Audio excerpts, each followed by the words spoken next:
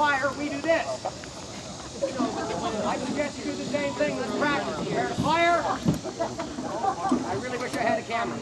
Okay, so let's try that again, because they are about to fire. Cover them up, and away we go. Fire! She's the one.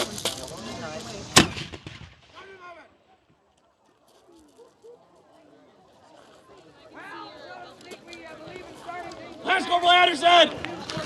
Turn around, Bell. Runner, bullet, to right. Fast! The soldiers you see beside you are some of the soldiers representing the soldiers that were here 200 years ago. Lights, direct! Immediately beside you, you've got the Grenadier Company of the 41st. Veterans, right marker, fall in! Sergeant Richards! They stopped using them because they found that Veterans, fall in! floating shots went far enough away from themselves before they exploded and damaged them. Crawley! The next guys beside them wearing green hackles on top of their heads, they're the light infantry from, again, the aforementioned... Company, fall in! Movement! We've got the Canadian Fencible Regiment that's lining up now, and they're at short. Now, the Fencible Regiment is a regiment that is raised in the homeland. These are all Canadians that were raised here in Canada to fight against the invading army. They did not have to leave the country. They could from time to time, but they did not have to leave the country. Beside them, at the far left-hand side of the line, are the Lincoln Militia. Or actually, no, in between them, we've got the 10th Royal Veteran Battalion. The 10th Royal Veteran Battalion were a bunch of guys that were raised in about 1805, 1806. Raid will move from line to column by wheeling to the left by subdivision. Left wheel. Other regiments that have been in other regiments, have served in other regiments, and are now being going out on long trips. So in some of the enlistment papers you see from the time period, by the time they're 40, 45, they're considered old and worn out. So you can understand some of these guys are not willing to point easily into a sergeant around the and other stuff like this. So the 10th Veteran Battalion was doing just that. And then now in front we see these are the real home guard. These are the guys that have been here before the War of 1812. When the War of 1812 was declared, these were the first to stand up and say, hey, no, we were burned out of our homes down in the United States. We are not going to welcome these people again. So these are the ones that stood up and said, we're going to create our own country here, known as the Lincoln Militia. This entire region is known as the Lincoln Militia, or the Lincoln region. Notice how they wear different clothing, but they usually use the same drill. They're wearing the Shippy Hero belt, tall black hat, carrying all Raid will move from bottom line by wheeling to the right by subdivision. Right wheel. Halt! So again, really quickly, we've got the Grenadiers, we've got the Lights of the 41st, 10th Royal Veteran Battalion right here, and we've got the guys from Fort York, the Fencibles, and then our visitors from Fort Erie, portraying the Lincoln Militia right now. Roll around of applause if you will.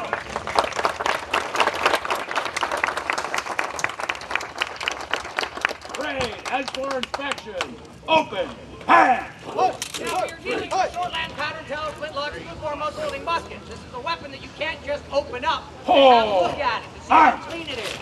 So it's imperative that the NCOs, non-commissioned officers, they know what their soldiers are carrying, what state of the weapon that they're in is carrying. So they want to make sure that it's not too dirty and or too clean.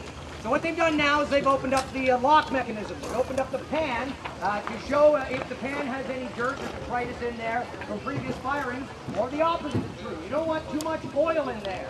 You pour powder in there, the oil picks up on the powder picks up on the oil and becomes inert. So there is a medium ground as to how clean you can have your weapon. So that's how you check the lock mechanism. Check the barrel, because you can't open it up completely. You have to Infantry, shoulder, arm, out, out, hey, shot, pan, 1, 2, 3. Rear rank will take the open order.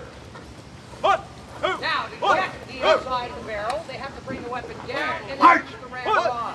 And what they'll do is they'll stand Raid, order, arm, out, out, hey, out, out, hey, hey, hey. That's good. Escort inspection. That's a bad thing. Out. Either still loaded or there's something down there that Withdraw. Rammer. Hey! So we should hear king after king after king.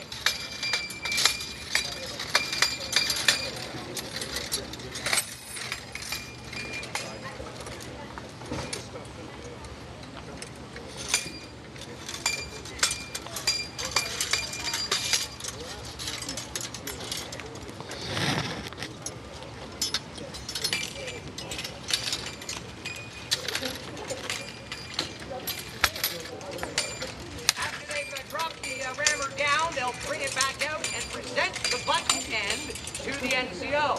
What they're proving is, again, that there's not too much oil in the bottom of the barrel. Again, you don't want to put the powder down there. It becomes inert and it won't go off.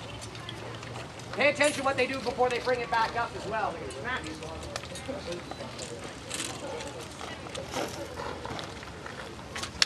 Brave. Shoulder. Arm. 1, 2, 3, 4. Order. Arm. Hey!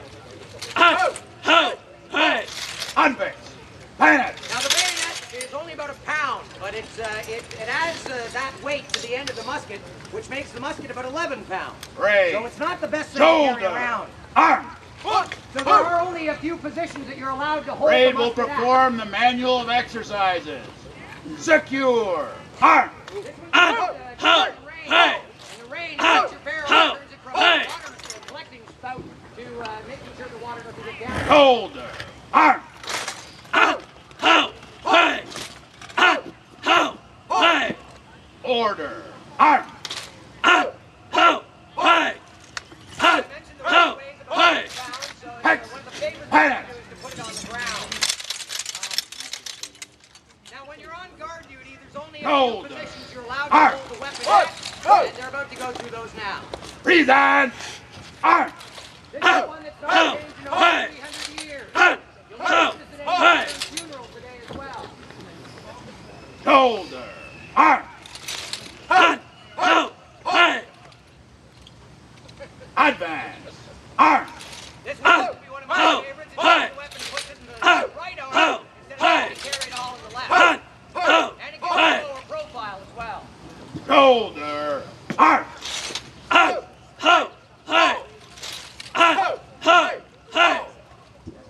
Horn. Arm. Oh, you might not like this next one. Hard jaw. Hands. Shoulder. Arm. Support. Arm. This is the best one because it allows you to hold onto the weapon with two hands as opposed to just the one. Combat. E. Up. And. Carry. Arm.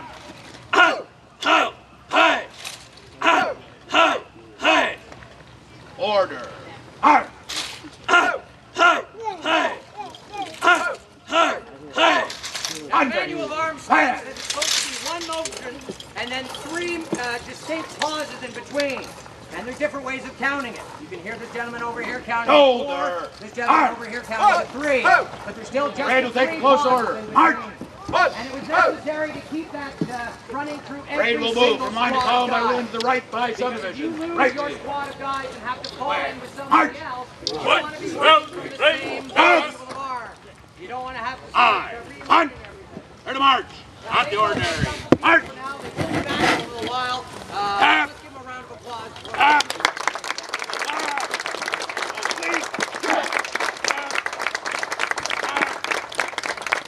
So now we turn our attention back to the artillery. And you notice that some of the guys out there are in blue. That's the Hindenburg blue. That's King George III, being a German king, brought with him the colors of the house. So these guys are wearing something called a royal blue. And they're members of the royal Cavalry, royal Baptist Line. They also got Forward. blue. So the infantry are going to be firing is going to be a bullhorn mortar, invented by a Dutchman.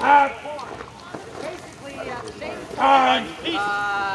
it's a tube that fires an exploding shot. And if you're at all familiar with the Bugs Bunny BOM, kaboom, That's essentially what these guys will be firing. Except it doesn't produce fireworks. Instead, it produces metal bits that come out and do a lot of damage to people. It was perfected by a guy named Captain Henry Shrapnel of the Royal Artillery. So I'll show you exactly what comes out of this thing. Now, to clean the inside of the barrel, you actually look down inside the barrel, put your hand inside the barrel, make sure nothing's falling down, and breathe fire. And you put the exploding shell on top. So this is just like fireworks. Fireworks fill your fire down the border. They go up in the air on a timed fuse. When the timed fuse blows up, we go ooh ah, ooh ah. When this thing blew up, people went ow, ooh, ow, ooh. A slightly different reaction. Now it's going to go up on a 45-degree angle. We might get lucky. We might see a nice smoke ring from this thing. And it's basically aimed pretty much in the direction of our parking lot. So I hope you've got mortar insurance on your car.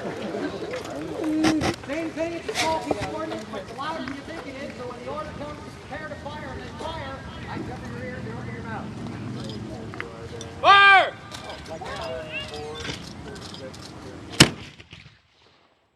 Infantry. So it's still be up in the air, still be up in the air. Down now, kaboom! That's practically when it would, how long it would take before it blows up. Now, when the infantry comes onto the field, and they're going to look like they do in the movies that we've seen. Right. And people often think it's rather stupid. There's a whole bunch of people, shoulder to shoulder, and dress them up in white red coats with uniforms that basically say, shoot me right here. Instead, we're going to show you why they would dress this way. It all happens to have a lot to do with the weapon in their hands. The weapon in their hands, the Shortland Pattern Tower Flintlock smoothbore muzzle-loading musket, is the machine gun of the day. It can be fired a lot faster than any of the other weapons that are out there. The rifles take too long to load, so this thing goes a lot faster, but it's not very accurate. For example, if I wanted to hit Isaac standing at the front gate, I could stand here and fire at him all day long. And the only injury I might do to him is give him a hernia from laughing at me. Because this weapon, the ball being smaller than the barrel, is going to bounce all over the place. However, if I gave all of you, or indeed if all of these troops focused in on Isaac, he'd be Swiss cheese in one volley. Because all the musket ball flying down the field, that wall of lead is far more effective than one guy trying to pick somebody off by himself. No, you have the option of leading the soldiers like this, shoulder to shoulder. But typically, if you run into a dangerous situation, you're trying to get your soldiers out of danger. So you'll spread them out. You'll take a formation known as light infantry formation.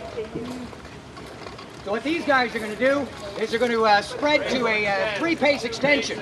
It'll be from the right, everybody turns left, and then they basically march off, and they'll open up their files. Because right now, yes, all lined up like this, they are cannon fodder. One shot with one of these pieces of artillery will certainly ring right through them.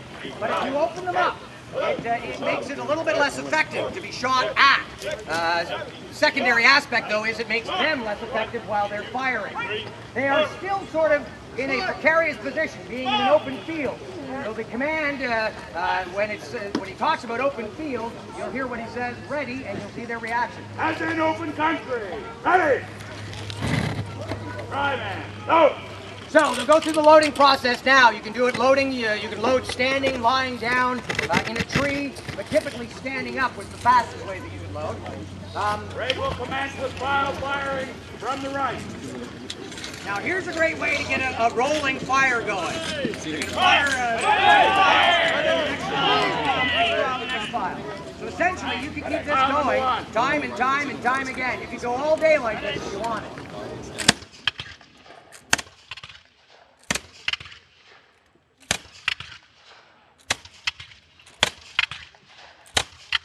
Now notice even before we're down into the far end of the light, the grenadiers are almost completely loaded.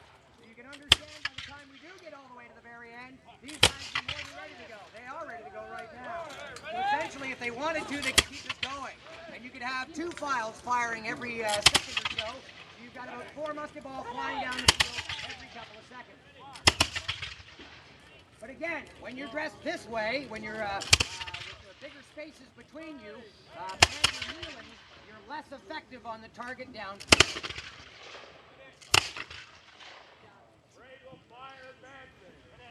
So, if you've spotted an enemy and you want to get their heads down, the best way to do that is to shoot at them. When you fire at them, they typically put their heads down.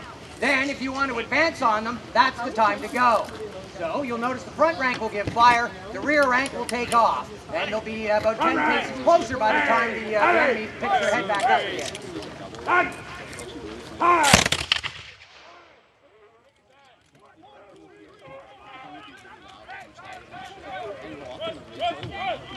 So now the gentlemen in the back go through the loading procedure. The gentlemen in the front are loaded and ready to fire. When the people in the back are ready to go, the front rank will give fire and the rear rank will pass through them.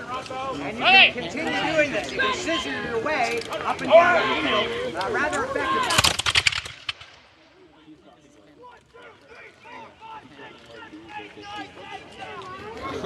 Notice the clouds of smoke as well, and we'll talk about the fog of war a little bit later. Today it's a rather windy day, and a lot of the fog is getting blown away, but there is a reason why we're dressed up in the bright red coats, and that fog of war has a lot to do with it. As I mentioned, ballistics test in this time period. By the way, it is ballistics test. It's not bullets. By this time period, they hadn't even developed a bullet yet. So why it's a study of ballistics, not bulletistics. So the ballistics tests were proving that when you're shoulder to shoulder, 2 ranks deep, there's about 3 inches of space between each shot as traveling down the field. That's more than enough. Start getting 3 ranks deep, that's over. When you're like this, it's less effective because you don't have the balls as close together. But it's still, it's a wider line, so that it really encompasses anyone that happens to be on the other side. Notice there's a lot of yelling and shouting on the battlefield as well. The soldiers, when they are ready, is the only time that they're encouraged to open their mouths. The British soldier is a stoic,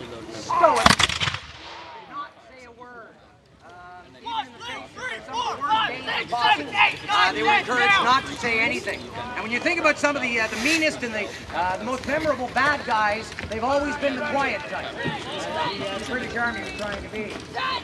You'll notice as well not every weapon is going to fire. There should be a big cloud of smoke in front of them, but that one didn't produce a cloud of smoke. And it's not because they're using a smokeless powder, it's because there's a misfire rate with these weapons. The 30% of the time that you try and make the weapon go bang, it will not go bang. Another reason for lining your weapons in long line. If yours doesn't go off, hopefully the people around you will.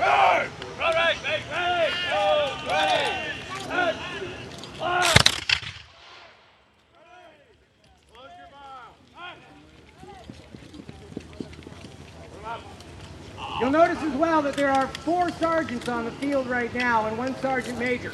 The sergeants are the people who are standing up.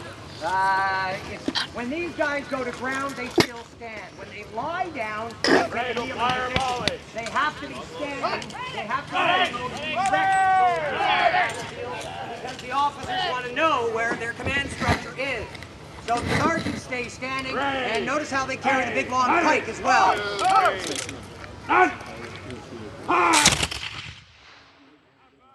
That, by the way, was a very good volley. It's really difficult to try and get everyone to pull the trigger at exactly the same moment. And then to get all the sparks to drop down into the pan at exactly the same moment. To have that light the powder in the pan at exactly the same moment, and have it go through the hole and everything else. So it's like catching lightning in a pot. You get a nice volley like that. So, as quickly as you have opened up your files, you can close them again and make them more effective. However, these guys are going to step off the field for a minute, and then we'll get into the artillery again. But I want you to pay attention to how they march. They've already done it past us once, but notice when they pull around, when they actually wheel around, it's like a big door. Individual squads become a door. Here we go. And notice how close to the rear, to the front man, the rear guy is. He's actually stepping in the footprint that the other person just left behind. And it's necessary to keep them together like this. Strangely enough, it's easier and faster and more safe to move a group of people in an organized fashion rather than to get them to run. Yeah, go ahead, give them a round of applause as they go back.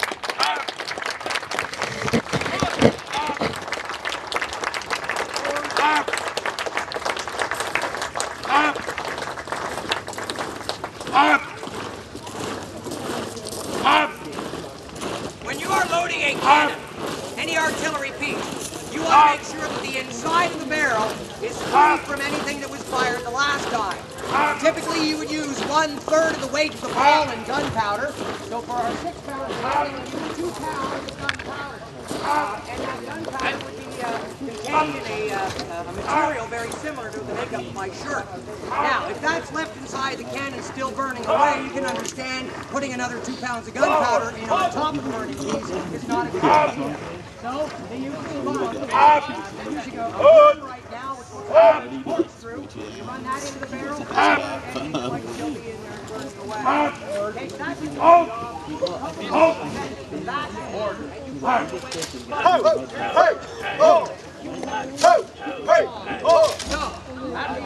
use that sponge on the inside, when he pulls it out, you should be able to hear a thumping sound.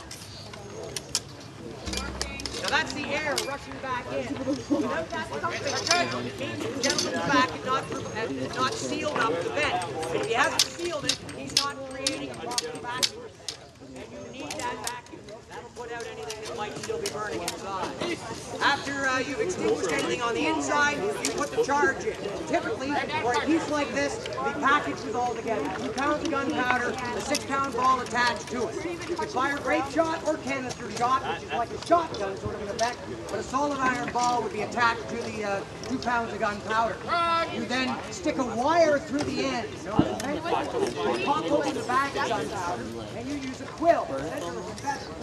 They were using feathers to write with, but if you empty out the interior of a feather, it creates a straw. An idea. You fill that with gunpowder, run that down into the charge itself, and touch that to top of it with a burning piece of rope, and that sets off the main charge.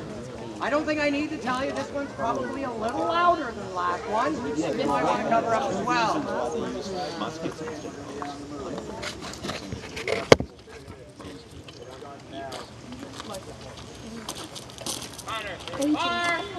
Come for the guns, stay for the deafness.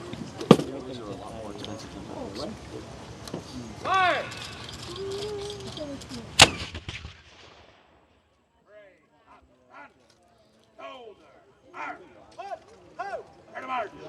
Now we use those 2 guns again later on to make it right. Now we're going to bring the infantry back and show you Right!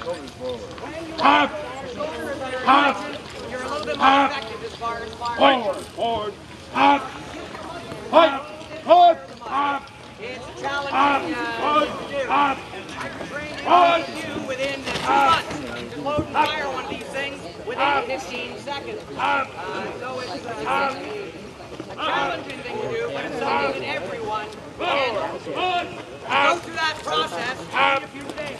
A, if you want to join this army, you need to be a male, 5'6" tall, and at least 16 years of age. The male portion of that wasn't always adhered to. A couple of females snuck away into Wellington's army and fought bravely against Napoleon until they got injured, sent to the doctor. The doctor noticed something was missing, so they were asked to leave. But the height requirement is because the weapon has the height that it has. To be able to draw the ram out, spin it around, put it down the barrel, and then put the rammer back again is challenging for someone who's shorter than I am. So you need the height requirement. And you also need at least 2 teeth somewhere in your face. The idea is you had to be able to open up the cartridge, which is a paper tube. It's essentially a paper tube containing 110 grains of black powder. You bite open the top of the cartridge, you reach back, grab it open, bite open the top, and stick. They then pour some of the gunpowder into the pan. They then close that to hold the gunpowder in. They'll put the weapon on the ground, and the rest of the powder, the paper, and the ball, which will be on top, then goes down the barrel. The rammer is then used to seat the cartridge at the bottom. It's then necessary to put the ramrod back. Don't get me wrong, you can fire this at them, but it's rather embarrassing to walk across the field and ask for it back again. So they tell you to put it back and slap it. Make sure you have put it back. Don't leave it in the barrel. Create a shish kebab on the other side. Now, if this goes well, this will be a really nice big volley. We'll see how close they can get to one sound. We have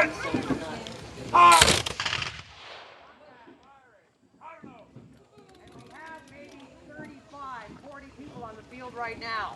Roughly half of a company of men. A company of men should have been about 100 on paper. Typically, they end up being around 80 to 90. So this is a half the size of a company. And here at Fort George, we had at least 4 companies. So you have to quadruple the size that we have here. Grenadiers, bang, ready, go, bang, and fire. Now, competition later on tomorrow is a perfect volley competition. Let's see who's going really well right now. The Grens fired a very good volley. Wasn't quite perfect, but let's see who, let's see if the Whites can improve on that.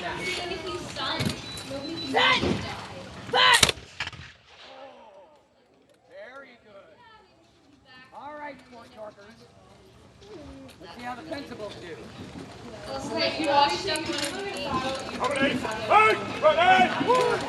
present, fire! Not bad. Now let's see what the militia can do. Now, I call them militia, but really they work down in Fort Erie. They took the competition last year. Not exactly this way though, but they took the competition last year. Again,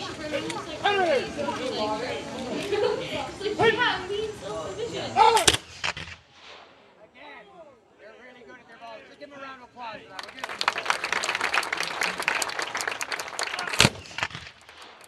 Oh, now we're getting it. They're trying to show off now. Again, if I was to say to you guys, everyone's going to clap their hands all at the same time, it would most likely sound like... So to try and get these guys to pull the musket and pull the trigger at the same time, not that easy. But it was important. It was important to try and do volley. Because as you can understand... As you can understand, if we just said, okay, but everybody, shoot! And shoot as much as you can. Well, what's going to happen is, when it's time for us to tell you to stop, someone's going to be firing at the time that we're telling them to stop. And so there'll be no control. So you need to have the control of controlled volley. So you don't fire until everyone's ready.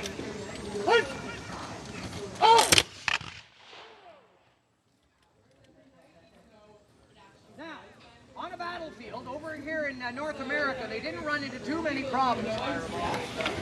Well, they didn't run into too many problems with cavalry. But cavalry can be a tremendously dangerous element on a battlefield to a soldier. Because if you've seen these guys, they're loading fairly quickly. When a horse can run the distance that a musket can cover in less than the time that it takes to load. That's not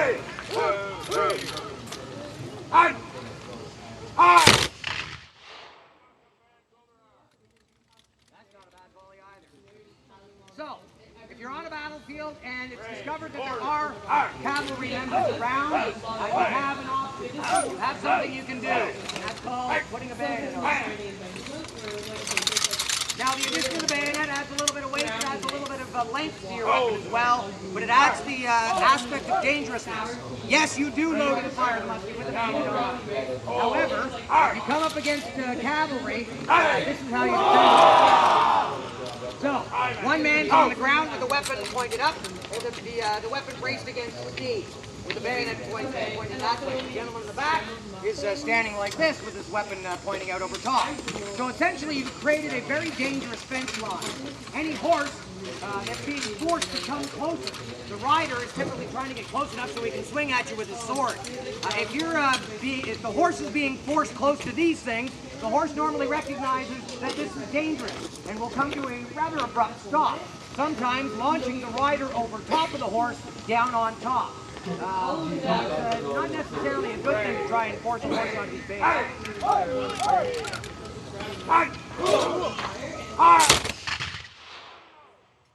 I mentioned you did load and fire the weapon with the bayonet fixed, so that's going to add to the dangerousness of the bayonet. The bayonet is triangular in shape for its strength. The secondary aspect, though, it makes it tremendously difficult to try and sew that one closed. But even more dangerous is the fact that you're putting black powder fouling all over these blades. Very seldom did they actually sterilize them before they stuck you with it. So typically you're going to die from the infection caused by a bayonet rather than bleeding.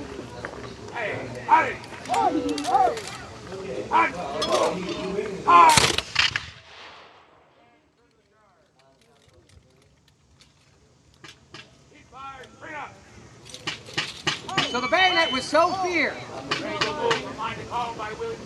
That's on the, well, we'll set up a scenario for you. On the 13th of October, 1812, 6,000 Americans attempted to cross from Queenston, or from Lewiston rather, over to Queenston. They got about 2,000 across. They'd taken the heights. They'd actually taken one of the major guns that was preventing them from coming across. Major General Isaac Brock lost his life recapturing that gun, or attempting to capture that gun. By the time the Americans get to the top of the hill, things have gone well. There's about 1,000 of them now standing at the top of the hill. The natives are keeping them pinned down off to the left-hand side. The soldiers from here at Fort George are marching up there. By the time the soldiers from Fort George arrive, the natives have kept the Americans pinned down for the rest of the afternoon. The Americans are stuck. And by pinned down, I mean behind them, they have the 900-foot drop, the 400-foot drop down the Niagara River behind them. In front of them, a bunch of natives shooting at them from the trees, and very slowly forming up across the field, about 1,000 guys dressed like those guys, forming up across the field. We are now going to try and provide for you the picture that Winfield Scott and his men would have been looking at that morning.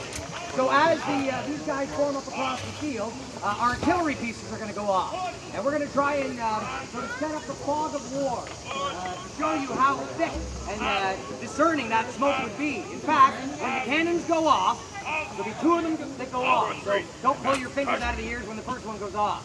When both of them have gone off, you guys try and identify what color the soldiers are wearing on the other side. Typically it gets so smoky and so thick, you can't see a thing.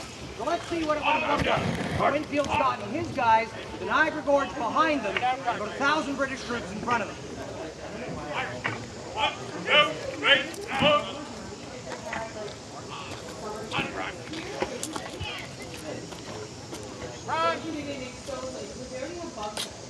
They already have all the facilities in names, right? But it's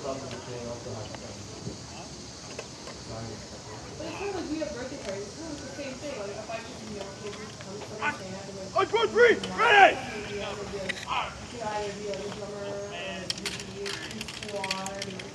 That would be fun, like reenactment. And you get to eat like hardcore reenactment food. So bad.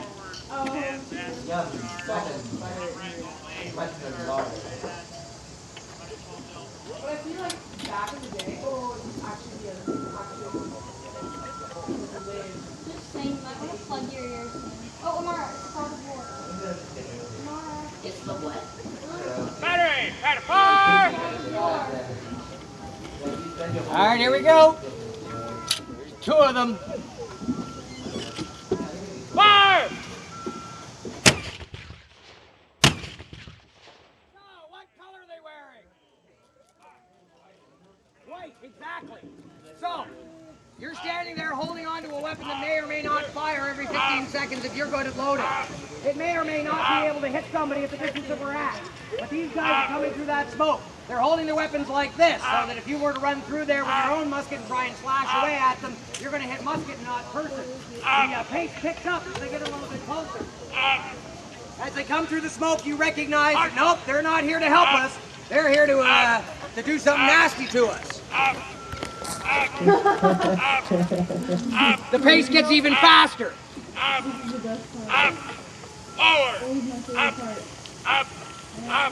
And then finally,